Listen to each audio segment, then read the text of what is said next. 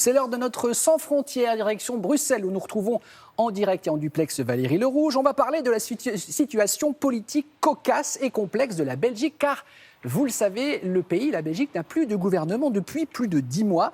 Malgré tout, il vient de se doter d'un nouveau Premier ministre, et c'est une femme. Bonjour Valérie. Bonjour Damien, bonjour à tous. Et oui, c'est la toute première fois en Belgique que le Premier ministre est une Première ministre. Elle s'appelle Sophie Wilmès et elle prendra ses fonctions demain. Ici, dans le bâtiment blanc qui est derrière, c'est l'équivalent du Matignon belge. Elle remplacera Charles Michel, qui est nommé président du Conseil européen. Mais elle, comme son prédécesseur, va diriger un gouvernement en affaires courantes, comme on dit ici, c'est-à-dire qu'il n'a plus de majorité depuis 10 mois, il ne peut donc plus rien décider d'important, ne peut plus lancer de réformes majeures, tout est relativement figé.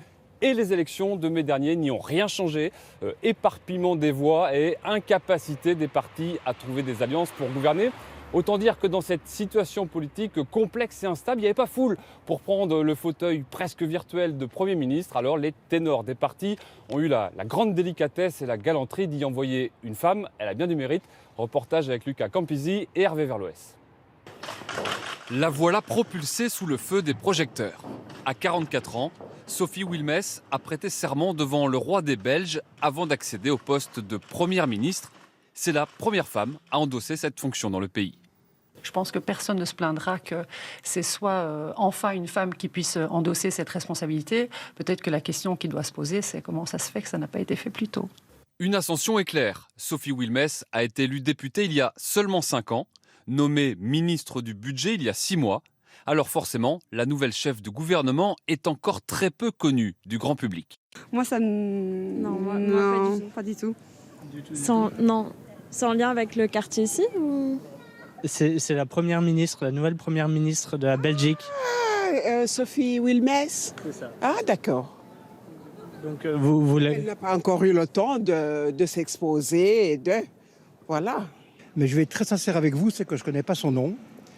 Et j'ai appris hier, la bonne nouvelle, c'est que c'est la première femme Premier ministre en Belgique. Comme quoi la Belgique peut faire des bonnes choses aussi. Mais Sophie Wilmès hérite d'un titre sans vraiment avoir les pouvoirs qui vont avec. Car depuis 10 mois, la Belgique n'a plus de gouvernement suite à l'éclatement de la coalition. Elle devra donc se contenter de gérer les affaires courantes. C'est un gouvernement qui expédie les affaires journalières, qui peut prendre des mesures urgentes s'il y a des situations urgentes qu'il ne nécessite, Brexit, attentats terroristes bien sûr, et qui en même temps applique un peu ce qui découle de la politique qui a été décidée auparavant. Mais c'est un gouvernement qui ne peut pas prendre de nouvelles initiatives. Il n'est pas légitime d'ailleurs, il est terriblement minoritaire pour le faire. La Première ministre restera en fonction jusqu'à la formation d'une nouvelle coalition et donc d'un nouveau gouvernement dans plusieurs semaines ou plusieurs mois. Valérie, comment le pays peut continuer de fonctionner sans gouvernement ? C'est une question d'habitude. Damien, en 2010-2011, il y avait déjà eu une absence de gouvernement pendant 541 jours. Record à battre, on est déjà à plus de 310 jours. Alors en fait, si le pays continue de tourner, c'est parce qu'il y a au-dessous du gouvernement fédéral des gouvernements et des parlements régionaux notamment, et qui ont beaucoup plus de pouvoir que nos régions françaises.